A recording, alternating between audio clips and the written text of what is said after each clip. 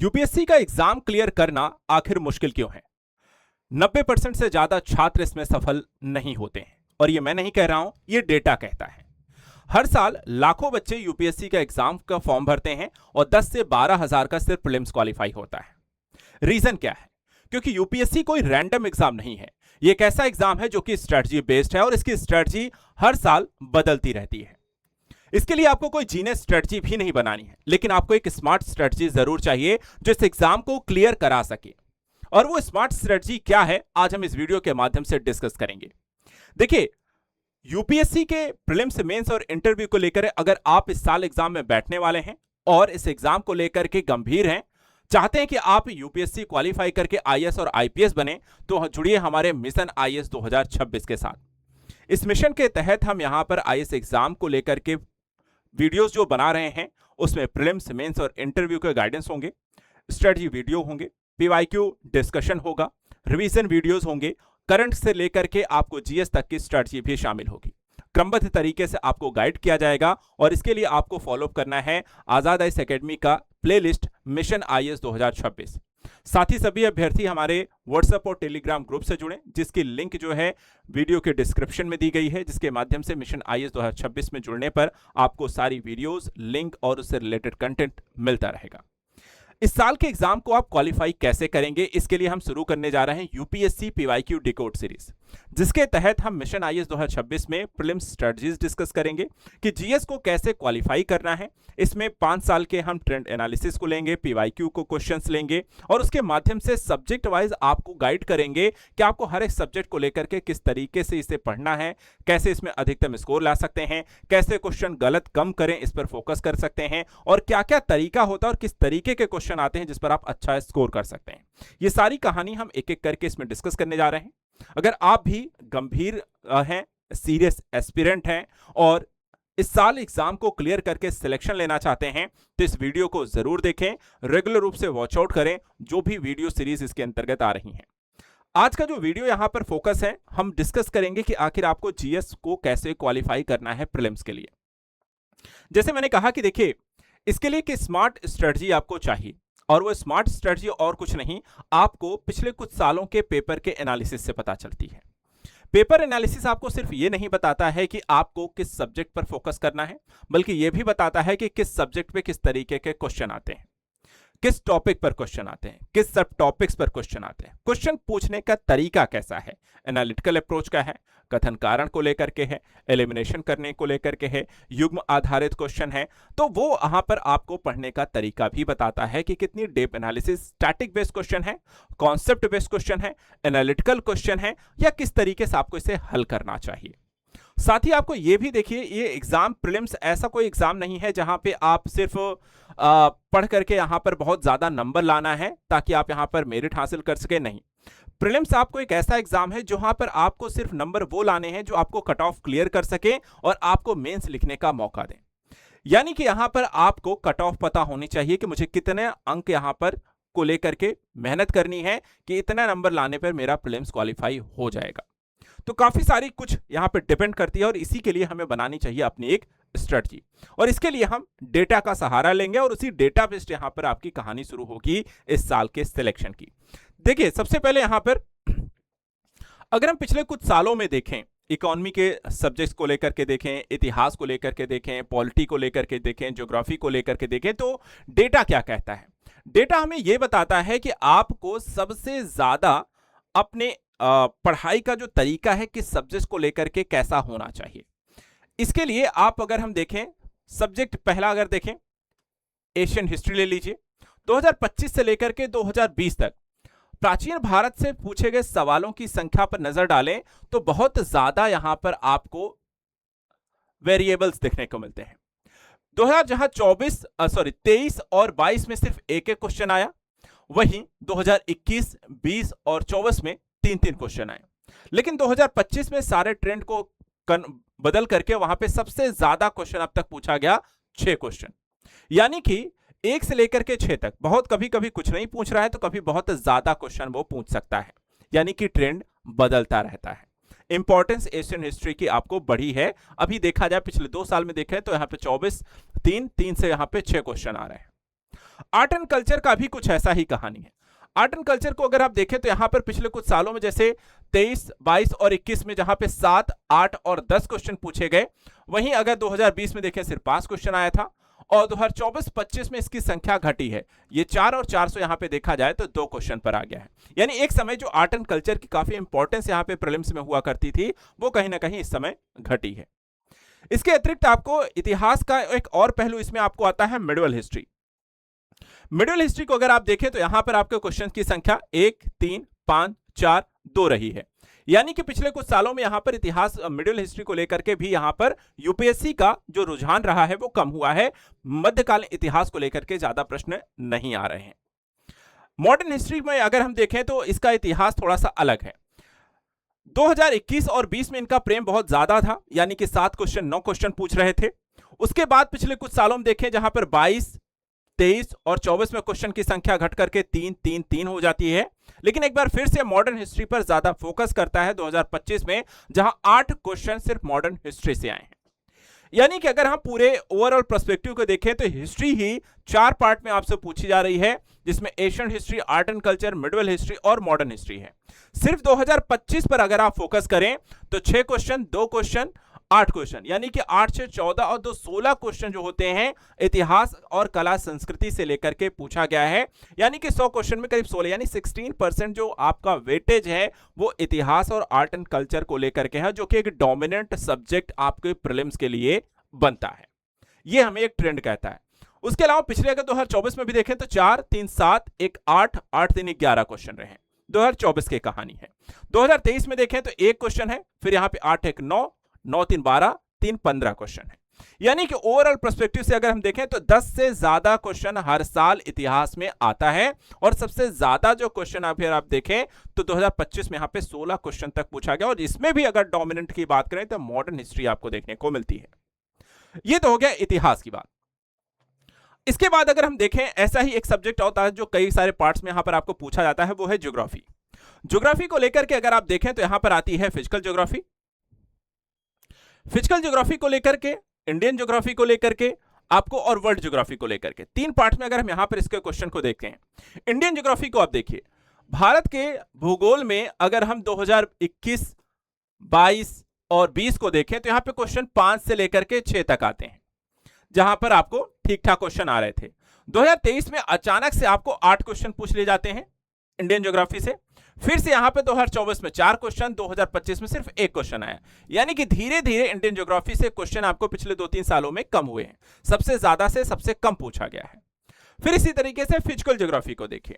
Physical geography में अगर हम देखें जहां पे 2020 में 1 क्वेश्चन आता है, अगले साल 2 क्वेश्चन है, फिर 2 क्वेश्चन है, उसके बाद 3 क्वेश्चन पूछा गया, फिर 8 क्वेश्चन और फिर 7 क्वेश्चन। यानी कि पिछले 2 सालों में यूपीएससी का जो फोकस यहां पर देखने को मिला है वो फिजिकल ज्योग्राफी में ज्यादा रहा है। 7-8 क्वेश्चन लगातार फिजिकल ज्योग्राफी, यहां पे कॉन्सेप्ट बेसिस चीजों पर ज्यादा क्वेश्चन आपसे पूछ रहा है यूपीएससी। यानी कि ज्योग्राफी जब आप पढ़ें तो ज्योग्राफी में कॉन्सेप्ट को अच्छे से क्लियर करते चले, वहां से क्वेश्चन आपको ज्यादा पूछे जाने की संभावना रहेगी।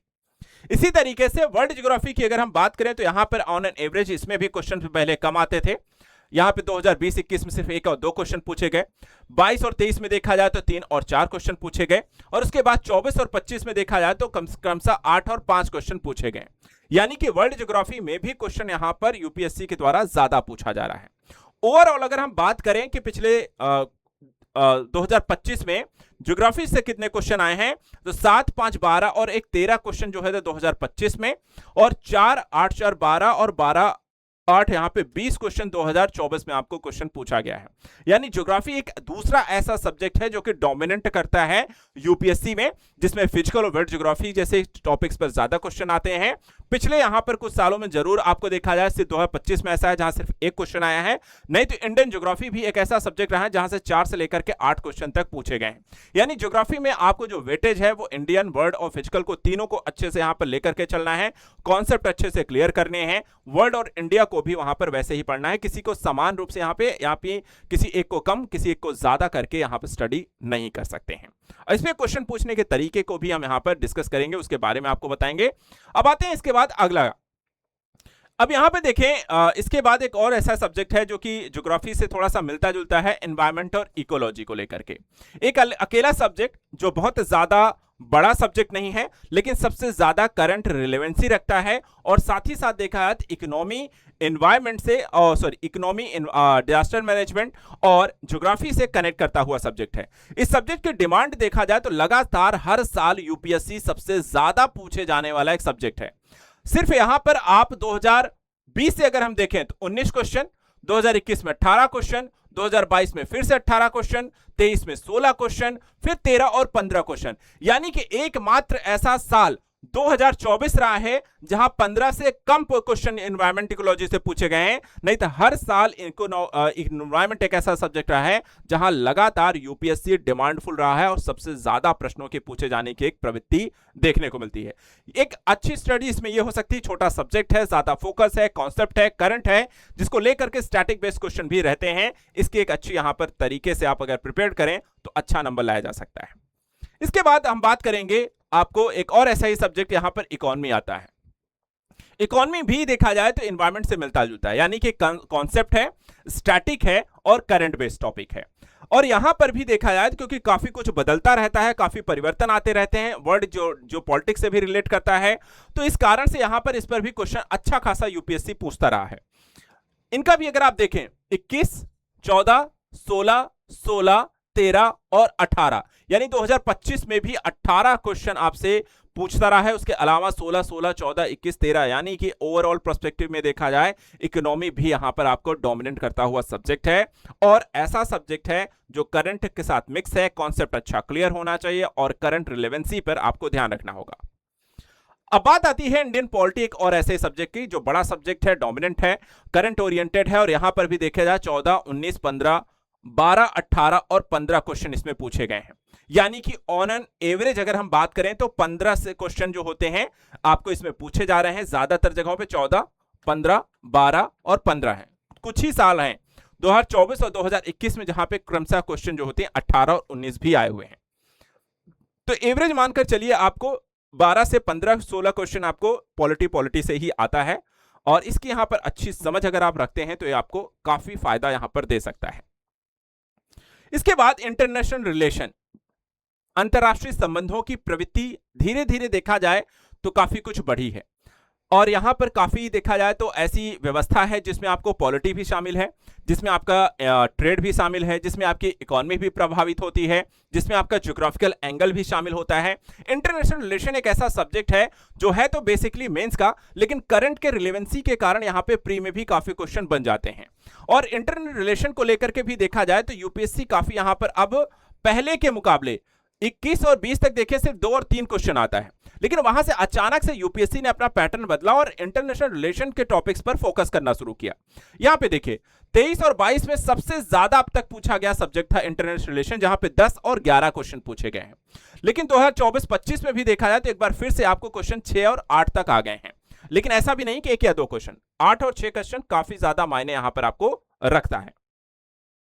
इसके अलावा देखा जाए तो आपको साइंस एंड टेक्नोलॉजी एक ऐसा सब्जेक्ट है जहां पर आपको हमेशा 10 से ज्यादा क्वेश्चन हर साल देखने को मिलेंगे।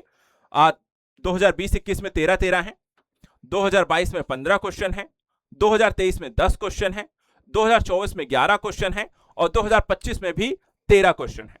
यानी कि आपको science and tech, space technology, इसमें बायोटेक्नोलॉजी को लेकर के हो गया, एनर्जी सेक्टर्स हो गए, रोबोटिक्स हो गए, एआई ऑटोमेशन हो गया, ये लगातार चर्चा का विषय है। ये बदलता हुआ दौर है और इसी दौर में देखा जाए तो साइंस एंड टेक्नोलॉजी सबसे ज्यादा यहां पर आपकी समझ विकसित हो रही, जो दैनिक जीवन से लेकर के आपको देखा जाए तो नॉर्मलाइजेशन के साथ साथ वैश्विक व्यवस्था के हर एक सेक्टर में आपको शामिल होता हुआ दिखाई देता है, और इस कारण से इसकी रिलेवेंसी बढ़ जाती है। और यही कारण है कि यूपीएससी जैसा आयोग जो होती है आपको लगातार साइंस एंड टेक को लेकर के सवाल पूछता है। तो ये देखा जाए तो इसकी भी एक आपको वेटेज होती है, हमेशा 10 से 15 के बीच देखने को मिल रही है। लास्ट में अगर हम देखें आपको सोशल इश्यू और स्कीम्स को लेकर के भी क्वेश्चन पूछे जा रहे हैं, जहां पे 3 है, 7 है, 3 है, 2 हैं, 2 हैं और 2 क्वेश्चन हैं। इसके अलावा कुछ आपको देखा जाए तो कुछ क्वेश्चन आपको स्पोर्ट्स रिलेटेड भी होते हैं, कुछ सूचकांक रिलेटेड भी होते हैं, जो कि आपको इसमें आप शामिल कर सकते हैं। तो यहां पर अगर आप देखें जो क्वेश्चन पूछने की प्रवृत्ति है, आप यहां पर कुछ सब्जेक्ट्स को लेकर लें तो इसमें आपको जो करंट ओरिएंटेड सब्जेक्ट है, एक तो ऐसे सब्जेक्ट जैसे कि आप इसमें इकोलॉजी, एनवायरनमेंट, इकोनॉमी को ले लीजिए, साइंस एंड टेक्नोलॉजी को ले लीजिए, इंटरनेशनल रिलेशन को ले लीजिए। ये 4 से 5 ऐसे सब्जेक्ट हैं जिसपे करंट पर आपकी अच्छी अगर पकड़ है, उससे रिलेटेड चीजों को जीएस लेकर चलें तो आप अच्छी पकड़ बना सकते हैं।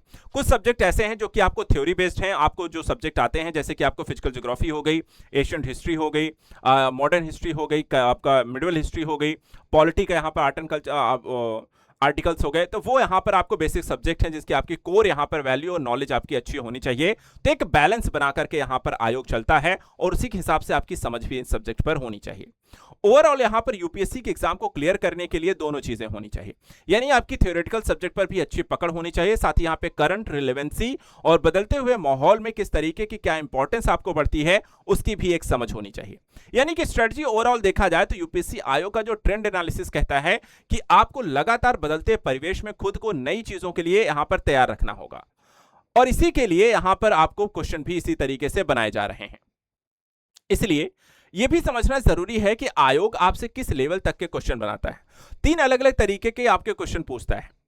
डिफिकल्टी लेवल जो होती है, कुछ क्वेश्चन की बहुत इजी रखता है, कुछ को मॉडरेट लेवल का देता है और कुछ क्वेश्चन हार्ड बनाता है। अगर हम पिछले कुछ सालों का यहां पर डिफिकल्टी लेवल भी देखें तो यहां पर कुछ ऐसा आपको दिखाई देगा। 2025 में जो होती है इजी अगर क्वेश्चन की अगर हम बात करें तो 2025 में 33 क्वेश्चन इजी आए हैं, 24 में 42 क्वेश्चन, 23 में 20 क्वेश्चन है, 22 में 25 है, 21 में 35 है और 2020 में देखा जाए तो 30 क्वेश्चन है। अगर ज्यादातर क्वेश्चन की प्रवृत्ति देखें, जो एक टफ पेपर की अगर आप बात की जाती है, तो ऐसा नहीं है कि बहुत ज्यादा हार्ड पेपर आया रहा हो 2025 का, क्योंकि यहां पर आपको मीडियम क्वेश्चन भी 35 हैं, हार्ड क्वेश्चन 32 हैं। यानी कि ओवरऑल अगर हम इसको कहेंगे तो बीच का आपको बहुत ज्यादा ना कठिन था ना टफ था, 2 मॉडरेट और आपको मीडियम का बना करके क्वेश्चन करीब 68 क्वेश्चन पूछे गए हैं, और इसको अगर आप हल कर लेते हैं तो आपका सिलेक्शन मतलब प्रीलिम्स क्वालिफाई हो जाना था। ठीक है, इसी तरीके से यहां पर आप देखें डिफिकल्टी लेवल 2024 का देखें तो यहां पर और भी पेपर थोड़ा सा आसान था 25 के मुकाबले, जहां 42-40 क्वेश्चन पूछे थे, हार्ड क्वेश्चन सिर्फ 18 थे। लेकिन अगर 2023 का क्वेश्चन पेपर देखें तो काफी हार्ड था, क्योंकि वहां पे आपके 35 क्वेश्चन टफ थे और 45 मॉडरेट थे। इजी क्वेश्चन की संख्या सिर्फ 20 ही आई थी। 2022 में 25, 48, 27 थे, फिर 38, 27 थे और यहां 43 और 27 थे। तो ओवरऑल अगर हम पिछले 2 सालों की अपेक्षा में अगर हम देखें तो यहां पे ज्यादातर जो पेपर यूपीएससी ने बनाया है उसका हार्ड लेवल के अगर आप क्वेश्चन की प्रवृत्ति को देखेंगे तो यहां पर बैलेंस एक बहुत ही बैलेंस्ड पेपर 2025 का रहा, जहां हर तरीके के क्वेश्चन को एक समान रूप से पूछा गया था। लेकिन इसका मतलब यह नहीं है कि वो हर साल आसान पेपर या मॉडरेट पेपर बनाएगा। कभी कभी जैसे हमने यहां पे देखा है 2023 को उठाकर देख लीजिए, वहां पे पेपर को उन्होंने काफी हार्ड बना दिया था और बच्चों से हल होना मुश्किल हो गया था, और कट ऑफ भी देखा जाए तो इसके कारण से गिर जाती है, और हर साल कट ऑफ भी इसके कारण चेंज हो जाती है।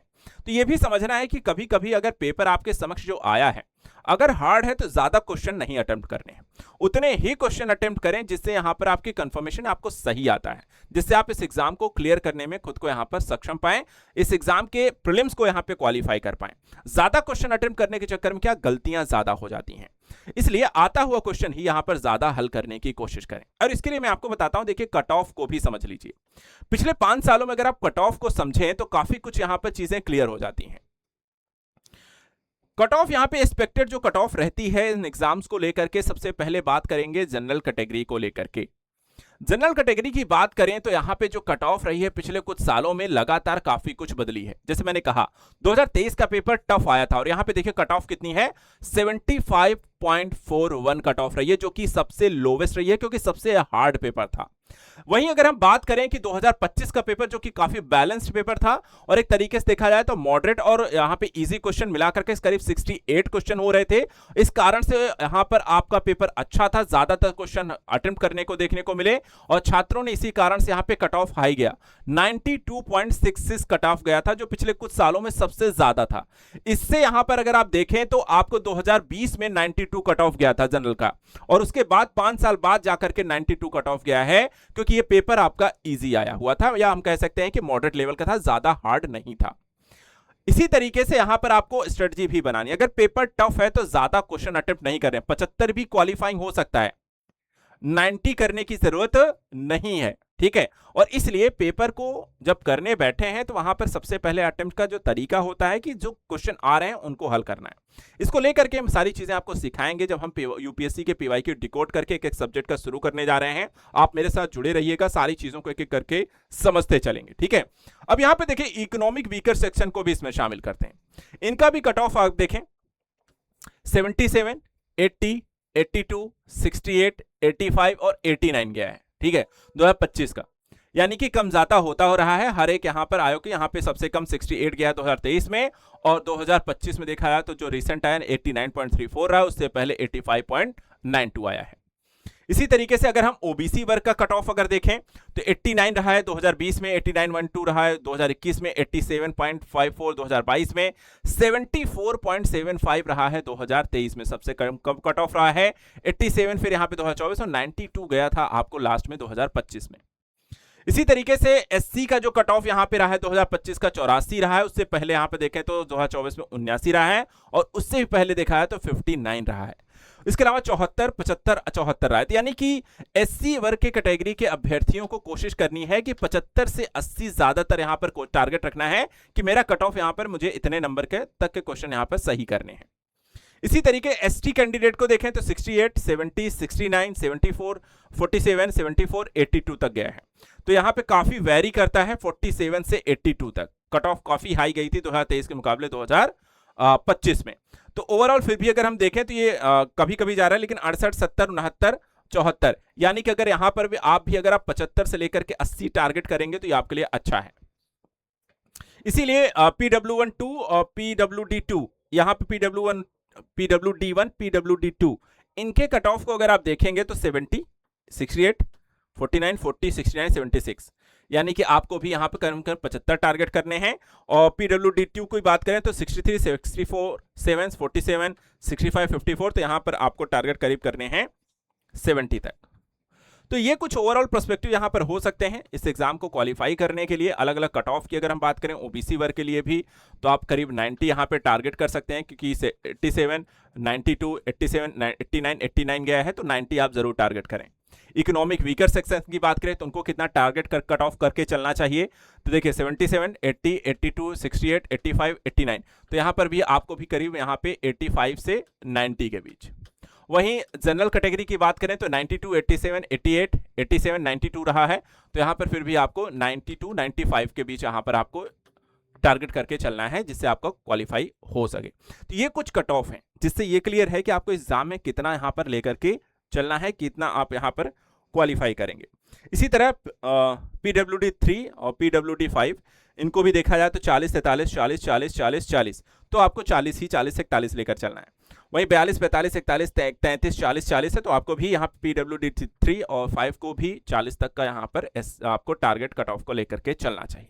ये सब कैसे संभव होगा? ये होगा एक अच्छे तरीके से प्रिपरेशन, पीवाईक्यू का एनालिसिस, टॉपिक्स को देखें, क्वेश्चन को देखें, पूछने की प्रवृत्ति समझें, उनको हल करें, उनको रिवीजन करें, जिससे यहां पर आपको अच्छे नंबर लाए जा सकते हैं। और इसीलिए हम शुरू करने जा रहे हैं यूपीएससी पीवाईक्यू डिकोड सीरीज, जिसमें हम पिछले सालों के पेपर को लेकर के आएंगे, सब्जेक्ट वाइज क्वेश्चन को समझेंगे, साथ ही समझेंगे उनके किस तरीके क्वेश्चन पूछ रहा है, उनको हल करने का तरीका, और उन टॉपिक्स को भी पढ़ेंगे कि आखिर उसका आंसर क्या होना चाहिए। इससे आपको समझ रिवीजन भी होगी, एग्जाम के लिए तैयारी भी होगी, एक तरीके का एमसीक्यू पीवाईक्यू डिस्कशन से आपको स्ट्रेटजी मिलेगी कि आपको किस तरीके से यहाँ पर रिवीजन भी करते चलना है। तो इसके लिए आपको फॉलो अप करना है ये पूरी वीडियो सीरीज, हर एक वीडियो को देखना है, मिशन आईएएस की इस प्लेलिस्ट को यहाँ पर फॉलो अप करना है, और साथ ही चैनल को सब्सक्राइब करके रखना है, और यहाँ पे ग्रुप्स के साथ जरूर जुड़ना है, टेलीग्राम ग्रुप से भी और साथ ही साथ व्हाट्सएप ग्रुप से भी, जिसकी लिंक यहाँ पर आपको वीडियो के डिस्क्रिप्शन में दी जाएगी। तो आज के लिए यहाँ पर इतना ही। आज के लिए thank you so much and good luck.